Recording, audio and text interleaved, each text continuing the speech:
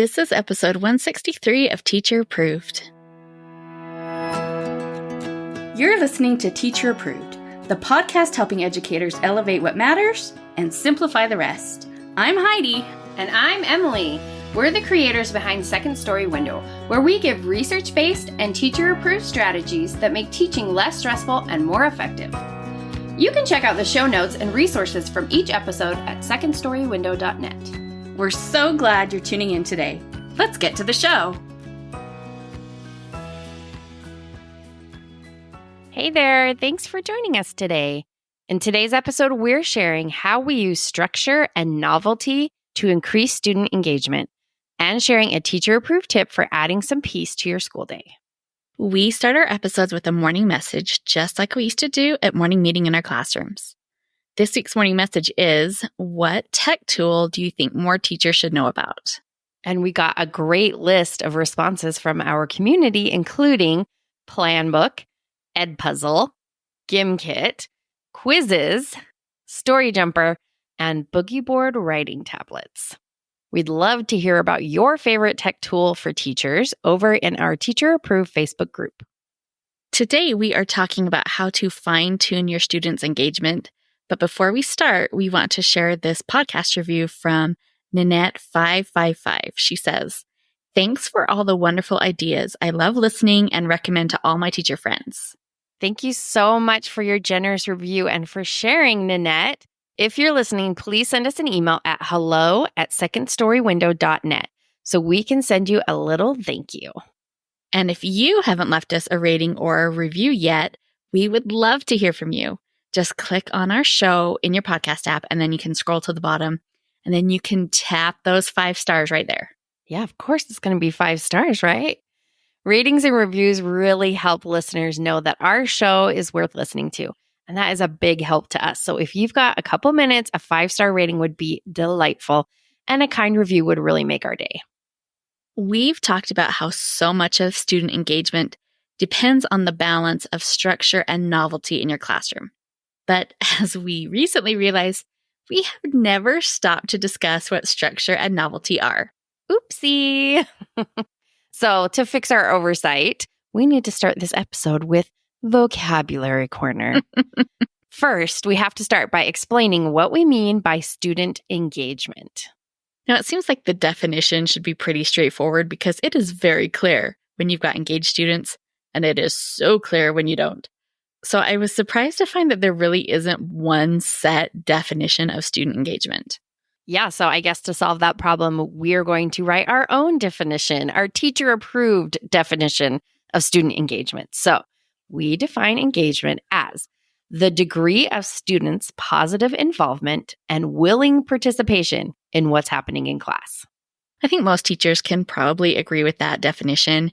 If you've got an engaged student, they are positively involved and willing to participate in lessons, in working with peers, and meeting expectations. It makes teaching easier and more effective when you have an engaged student. And if you have a whole engaged class, well, that's teacher heaven. So how do we get that heavenly engaged class? We've shared this idea before, but imagine for a minute that student engagement is one of those old-timey balance scales. One bucket is structure and the other bucket is novelty. In the middle, when it's more or less balanced, our students are engaged. If the scale tips too far to the structure side, kids are bored. If the scale tips too much to the novelty side, then kids are overwhelmed and possibly misbehaving. Right, because kids that are either bored or overwhelmed are not engaged.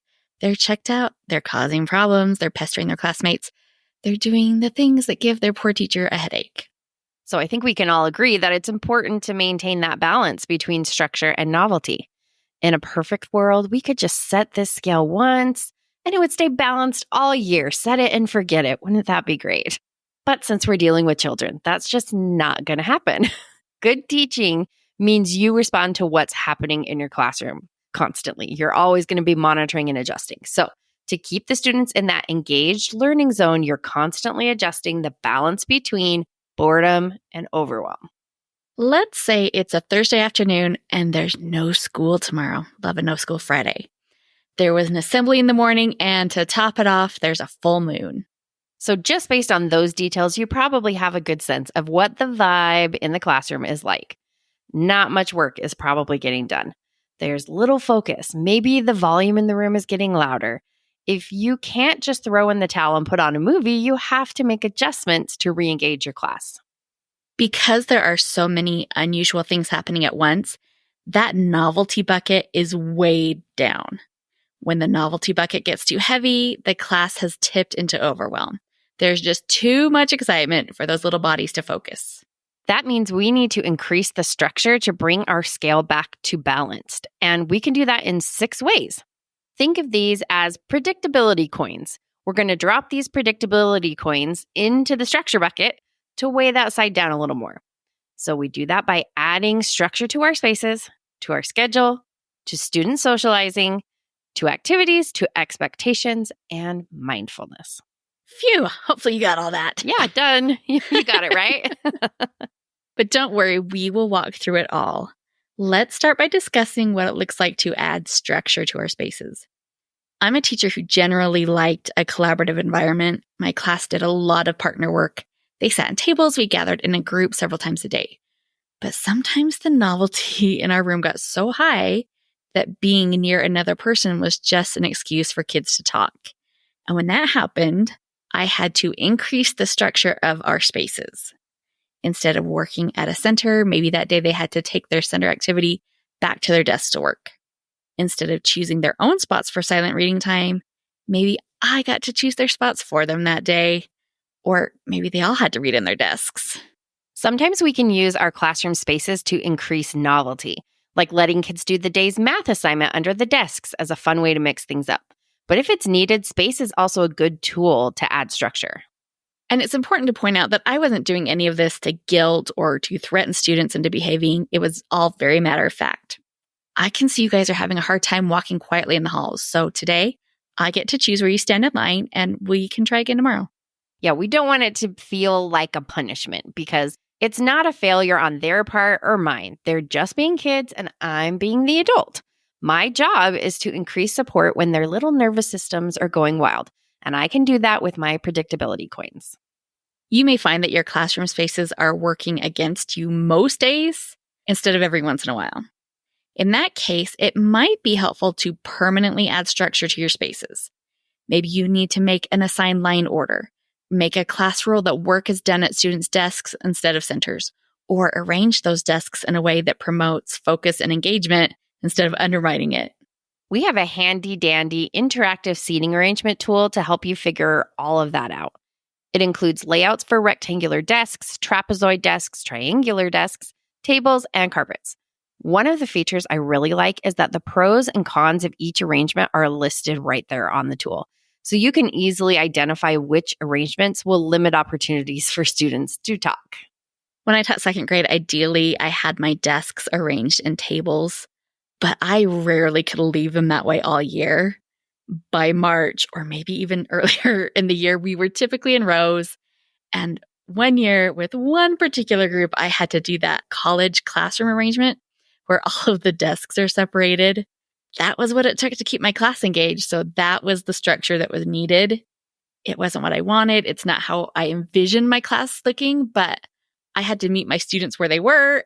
And where they were was talking nonstop to anyone and everyone who happened to be near them. Our desk arrangement tool also includes instructions for our patented teacher-approved system for strategically assigning seats.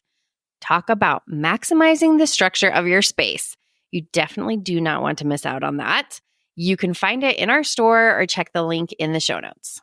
Besides offering structure with our spaces, we can offer structure with our schedules.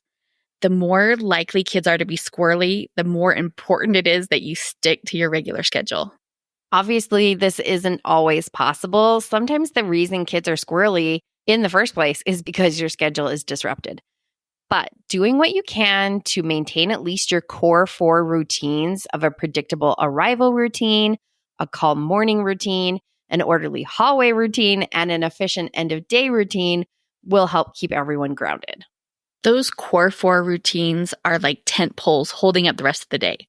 If those poles aren't posted, pitched, I don't know, how do you put up a tent pole? Staked? Do you stake a Oh, tent pole? maybe. I don't know. I don't know. That sounds good. Like grounded. Yeah, there we go. If those tent poles aren't put up right, the rest of the day is out of whack.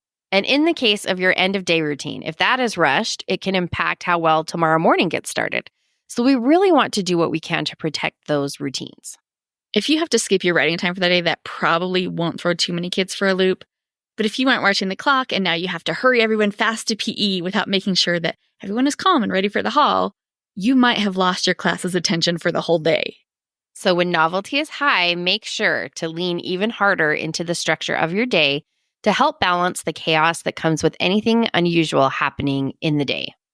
Besides the structure of our spaces and the structure of our schedule, we can add predictability coins to our balance scale by structuring in-class socializing.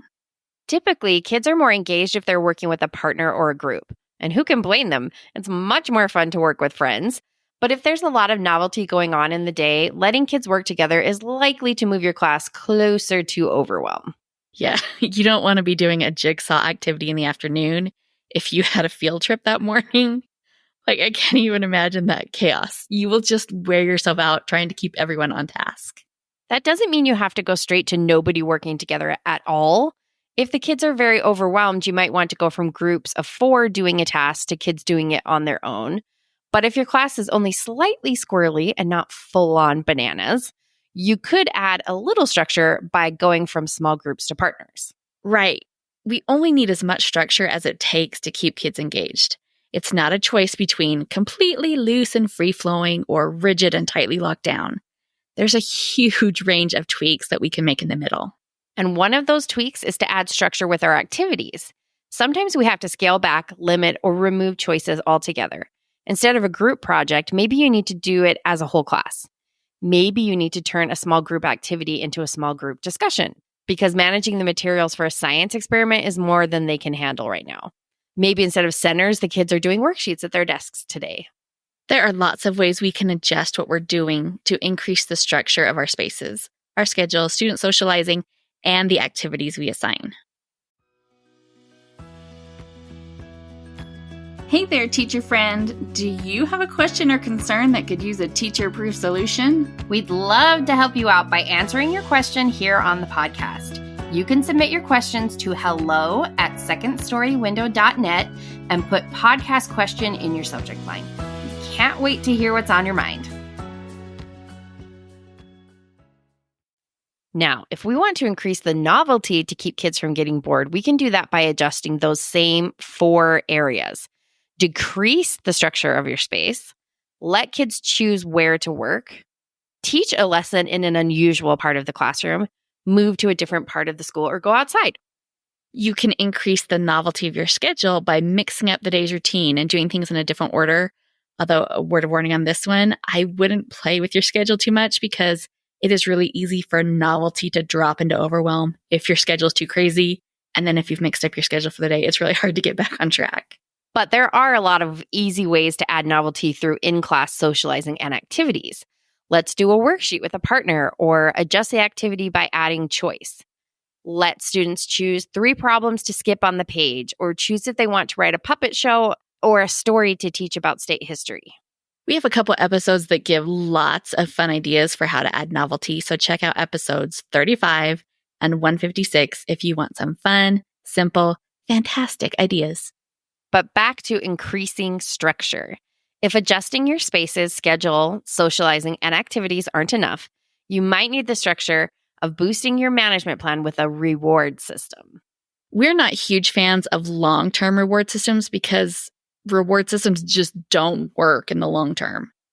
But if classroom novelty is high and the other ways of adding structure aren't cutting it, a temporary reward system might be just what you need. On a rough day, you could do a spur-of-the-moment reward system like giving tally points if kids are on task. And if they can get 15 tally points by the end of the day, they can have free drawing time. Or you could preemptively prepare a new reward system with goals and charts and prizes if you're headed into a season where you know novelty is going to be high for a while. So, looking at you, December. December's such a problem child.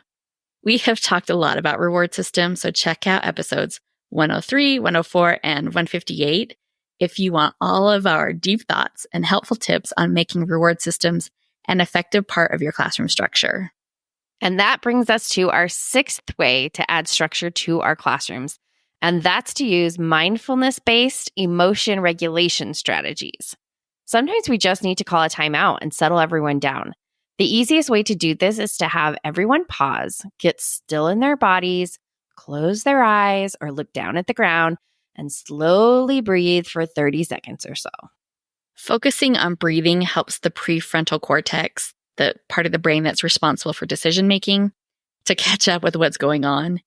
You can stop and have a breathing break several times a day if it's needed. It's really a nice way to regroup after a lesson and before dismissing students to go work on something. Sometimes just breathing isn't enough, though. You might need a guided meditation or a mindful movement activity.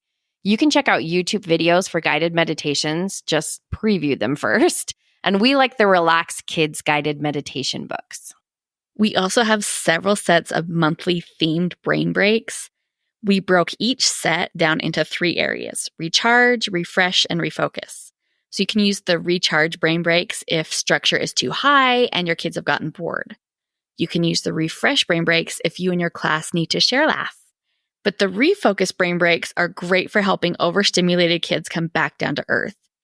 Each set of refocus cards has breathing exercises, gentle movement activities, yoga poses, and mindfulness games. The nice thing about these is that they're printable, so that means they're easy to deploy at any point in the day. If the kids are hyper after a specialty class, you can just grab the stack of cards, flip to a refocus activity, and get them back on track. You can deal with the problem right in the moment. There's a link to our brain breaks in the show notes.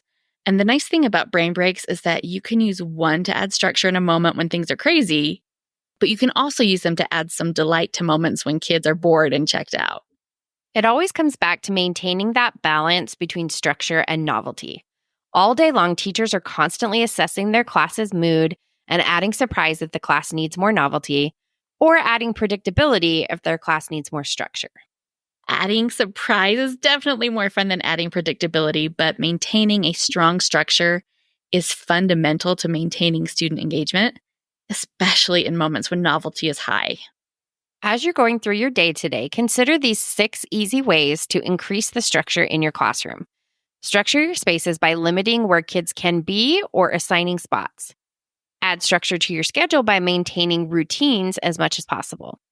Structure in-class socializing by changing group work to partner work or changing partner work to individual work.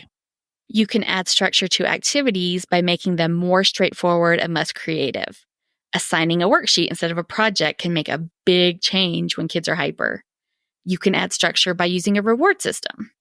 Also, remember, you can add structure through mindfulness activities. Not only do these types of activities help students regulate their emotions, but they're a fun way to do it too. Do you have any tips for adding structure to your classroom when novelty is high? Come join the conversation in our Teacher Approved Facebook group. Now let's talk about this week's Teacher Approved tip. Each week we leave you with a small actionable tip that you can apply in your classroom today.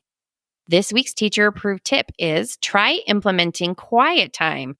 Ooh, I like the sound of that. Yeah, quiet time can be a real lifesaver. If you have a time of day that is consistently challenging, like when the kids come in after recess or they come back to class after specialty classes, quiet time might be your answer. Quiet time is just a few minutes of structured downtime during the day. The purpose is to help kids regroup so that they can settle into focused learning. The length of your quiet time depends on your students' needs, but something like 5 to 15 minutes is usually a good time frame. Now, I know what you're thinking. It might seem like it is impossible to find an extra 15 minutes in the day. But if you consider all of the time that you spend in an afternoon trying to get your kids to focus after they've come in crazy from recess or specialty classes or whatever else has them riled up, you will probably end up saving time with quiet time. So to keep quiet time from feeling like a punishment, we want to offer students some choices of activities. The choices could be academic, like reading, writing, doing unfinished work, or starting on the night's homework. The choices could be creative, like drawing, creating with art supplies, playing an individual game. Or maybe you let kids just rest on their desks for a few minutes, but whatever students choose to do must be silent. You probably don't want to offer all of those choices all at once. I'd recommend picking one activity to start with, and then you can add to the options over time. So quiet time isn't a center, but the same principles for launching independent center time also apply to launching quiet time. So go back and check out episode 159 if you want some suggestions for how to launch something like this in a step-by-step way. Tell, try, tally, talk can also help you introduce quiet time to your class. Tell the class what will be happening and model it for them. Have them try in a structured setting. Gather to tally how it went and offer feedback, and then talk about your experiences going forward. You may want to create a chart of expectations and choices so you can refer to it as needed. Quiet time may become your favorite few minutes of the day, but it also has a really positive impact on students. A 2015 study showed that just 15 minutes of quiet time improved high school students' mental health. Compared to their classmates, students that participated in quiet time had decreased anxiety and increased resilience. These students also reported that they slept better, had more confidence, and felt happier overall. If there's a time in your day that is consistently tricky to manage, consider if adding quiet time could be the structure you need to balance excess novelty. And you can find a link to more information about quiet time in the show notes. To wrap up the show, we are sharing what we're giving extra credit to this week. Emily, what gets your extra credit? I'm giving extra credit to my new pizza cutter. A pizza cutter? Yes, my previous pizza cutter is just like a typical pizza cutter, but it was kind of falling apart and getting these like weird, not rust spots all over. I don't even know how to describe it, but it needed to go. So I was just going to buy another one just like that one because it lasted me for like 10 years. But then I saw this kitschy pizza cutter and it's just a wheel and a really good review. So I just had to try it. So instead of the style before where you hold the handle, there's the wheel and it has a cover over it that you hold on to. And then when you're not using it, you like slide a little like door over the blade part. Oh, that's cool. And it really does work super well. And my favorite part is it comes apart. Oh, so you can put the whole thing in the dishwasher and it will all the nooks and crannies will get cleaned. So yeah, I feel like parts of my pizza cutter always get like cheese stuck on them and the dishwasher just doesn't get to it. Yep, problem solved.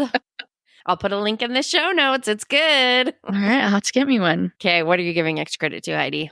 So my extra credit goes to Snow Patrol's new album. It's so good. I love it. I heard there was a new one, but I haven't heard it yet. Yeah, it just came out. So I have been a Snow Patrol fan since Chasing Cars days. And this really is a good album. I think it's probably my favorite of theirs since 100 Million Suns, which I just looked up and that was 2008. So it's been a while. Oh my. And I was really excited. I just saw today that they are having a concert here in March. So I had to go look, and the venue is standing room only. Oh no. So I think I'm going to have to pass. Yeah, I think we passed the age for standing room concerts whenever we saw Joshua Radin, which may have been 2008. And I think the band should know, like, if you have people that are old enough to have been fans for 20 years, you need a venue with some seats. Yep. We do not want to stand for 4 hours. And it would be because the doors open at 6, the concert goes till 10:30. Oh no. I would perish. No. Yes. So Snow Patrol, I will be there in my heart. We'll enjoy the album streaming instead, I guess. That's it for today's episode. Student engagement depends on the balance between structure and novelty. So look for easy ways to increase the structure in your room if novelty has gotten your students a little too rambunctious. And don't forget our teacher-approved tip for adding quiet time to a tricky time of day. We hope you enjoyed this episode of Teacher Approved. I'm Heidi. And I'm Emily. Thank you for listening. Be sure to follow or subscribe in your podcast apps so that you never miss an episode. You can connect with us and other teachers in the Teacher Approved Facebook group. We'll see you here next week. Bye for now. Bye.